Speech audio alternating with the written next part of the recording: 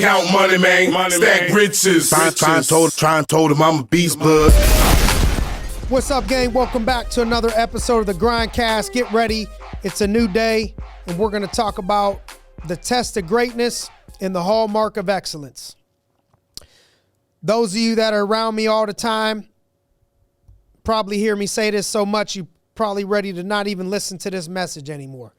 The test of greatness and the hallmark of excellence is consistency. We could be great 1 minute and not great the next.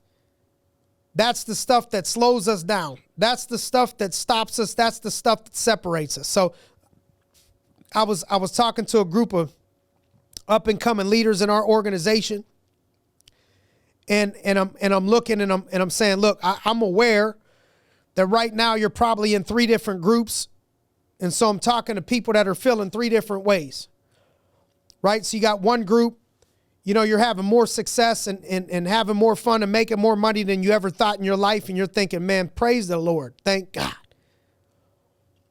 Then there's a group on the other side. They're thinking, man, I didn't come here for this. I ain't having no success. I'm making less money than I wanted to make. I'm struggling. I don't know what to do. Lord, help me. Then there's a group in the middle, and you're thinking, man, I ain't making all the money that I want to make in the world or having all the success I want to make, but I'm doing all right, doing pretty good. Could be worse. Bills are paid. I'm doing straight, doing all right, want to take it to the next level. And so I start talking to those 3. So the top group, I said, now the test for you is, how great do you want to be? Because you were great for 1 month shows what you're capable of. So where do you want to be 12 months from today, 11 months from today? You got to have consistency. And a lot of you are so short thinking, short-sighted. And I'm going to talk about money just because it's going to coincide with effort. But just don't worry about the money, but I'm going to use money as the example. So I say, look, you may have made $50,000 this month or $30,000 this month or whatever it is. And your bills may be low. You may be young or you may have bills that are low, whatever. And you may be thinking, man, my bills are paid now with this 1 month for the rest of the year. Why don't I just enjoy myself? I don't need to work. I don't need to do this. I don't need to do that. Why would I? It's hard to be motivated because all my bills are already paid. And I said, man, that's short-term thinking. You got an opportunity to be great. If in 1 month you took care of what you needed in a year, what if you went hard for a year? Couldn't you take care of what you needed for the next 10 years? And so can you look 5 years in advance or 10 years in advance and say, I want to pay the price right now for what I can have 5 years down the road, 10 years down the road? Because if you go out right now and buy a car and you get a car note on it, most of the time it's a 60-month car payment. You got 5 years. You're going to be paying on that thing. By the time your car is paid, you're 25, you're going to be 30 years old, my friend. So you can look 10 years in advance and say, man, I might be married. I might be a mother. I might be a father. And start looking and saying, do I want my husband to have to work? Do I want my wife to have to work? How much is the house going to be? How much is the down payment? How much is the furniture? How much is the ring? How much is the wedding? How much is the school? How much are the lessons? And really look at what life is going to cost you to live life on your own terms. And now how far you think that $50,000 you just made is about to go, bro? That might not even buy the ring. That might not take care of the wedding. That might not take care of the school for your kids for 3-4 years at private school or whatever it is that you want to do. So if that's really your vision, do you think it's better to wait until that happens, or do you think it's better to get it done right now? Some of you that are in the great category right now, you got an opportunity to go for the throat and be great and build a life for yourself But I watch so many people take a step back because they're thinking short term and they're not thinking long term. And I want to challenge you to take it to the next level and to be consistent. If you did it last month, do it this month. You do it this month, do it next month. Anybody that's great at anything, they'll tell you it's a lifestyle, my friend. You want to be a good basketball player, football player, you can't just be great in the season. You got to be great in the off season. It don't turn off. And if it turns off, it's just for a moment. It's just for a day. It's just for a week. It's just for a moment. But 90% of the time, that switch is turned up, turned on. You a pro fighter, it's a lifestyle. You a pro football player, it's a lifestyle. You a pro business person, it's a lifestyle. You're a professional mother, it's a lifestyle. Shit don't stop. It's 24/7, 365 to be great. I'm with parents that got kids, teenagers, kids are getting, it's like, sorry, we're on vacation. Saturday, they're taking calls. Fridays, they're worried about their kids. Thursdays, they're worried about their kids. Don't matter. Being a mom, full-time job. Being a parent, full-time job. It's a lifestyle for the rest of your life. That's it. Once a parent, always going to worry. It is what it is. It's a lifestyle. It ain't a beginning and an end. It's just, this is what we do. This is what we become.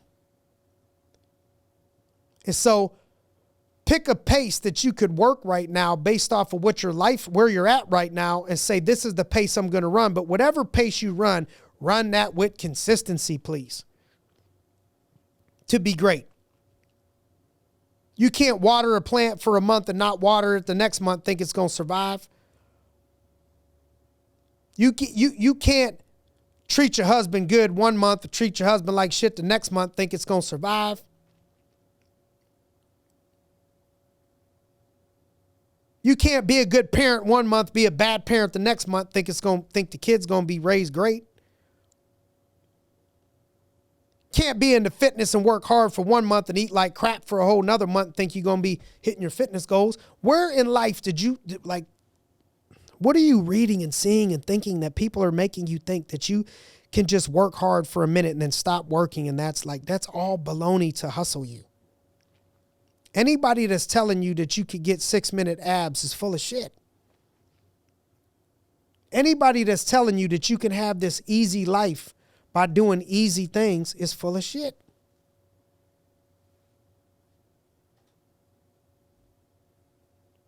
The better things you want, the more sacrifice it's going to take. Look at life. Everything in life, the things you love, the people you love, you sacrifice for. God gave his only begotten son. What a sacrifice. Giving your son, giving your life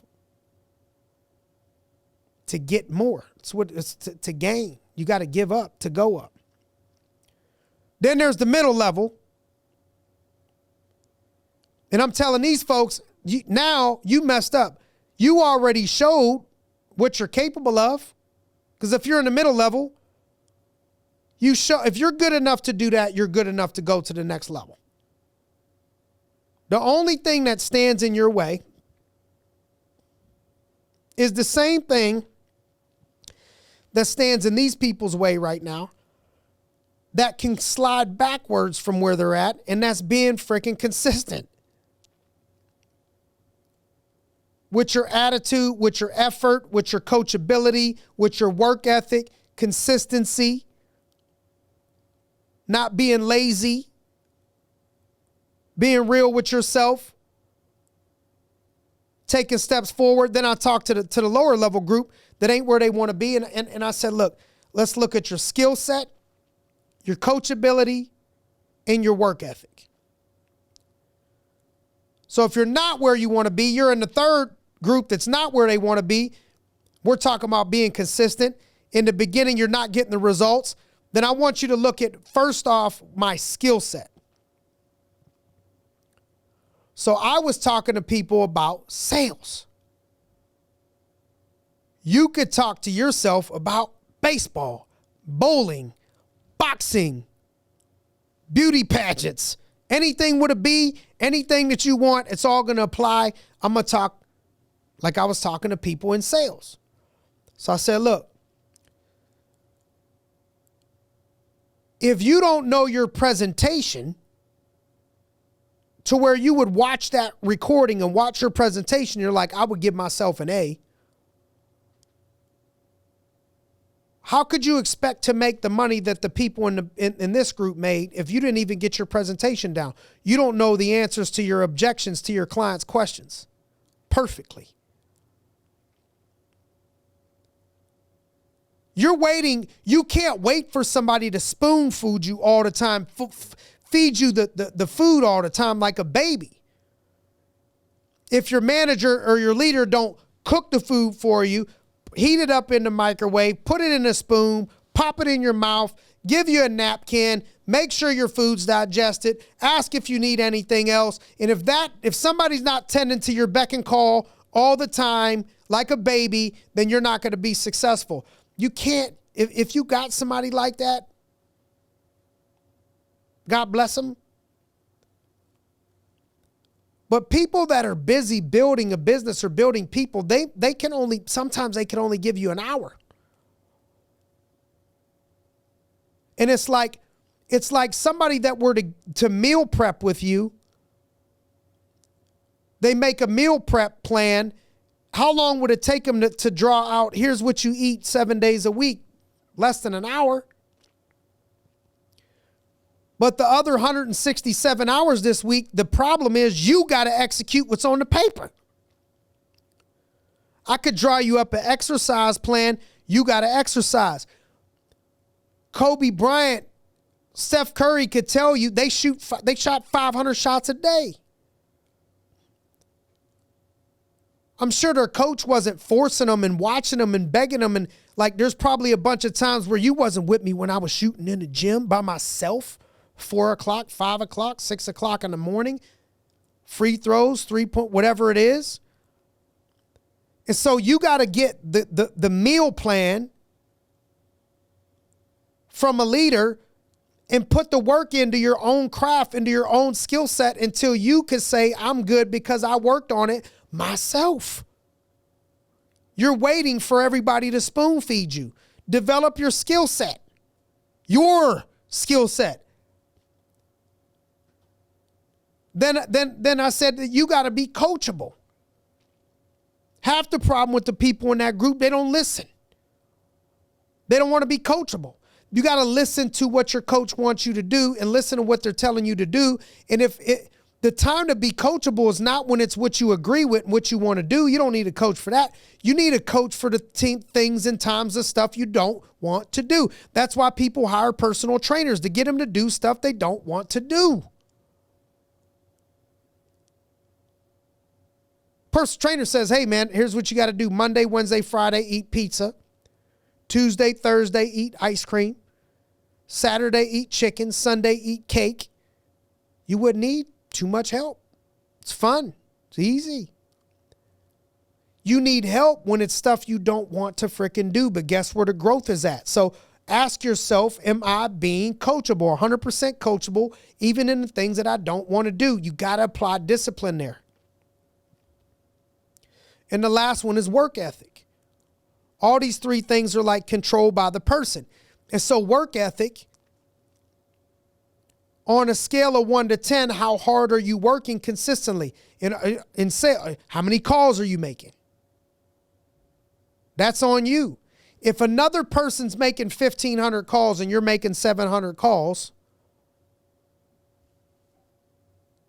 what's the excuse? Like, I don't understand. If they could do it, you could do it. What, are their fingers faster than you? This isn't a 40-yard dash. You could be overweight and you should be able to dial at the same speed that somebody else can dial.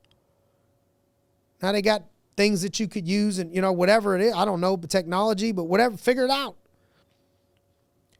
But work ethic, you got to bring top-notch work ethic if you want top-notch results. So in that group, that's what I would tell you. And so I just want to encourage you out there to build upon, we're in 2024, Don't be in 2025 with the woulda, coulda, shoulda, wouldas, wish I woulda, woulda. Let's be January 2025 saying job well done. Always can find things to improve on. This year I would give an A in my area of the things that I can freaking control. And let's be consistent. 2024, let's go. Bring it. Let's be consistent. If it's February 10th, that ain't nothing but January 41st.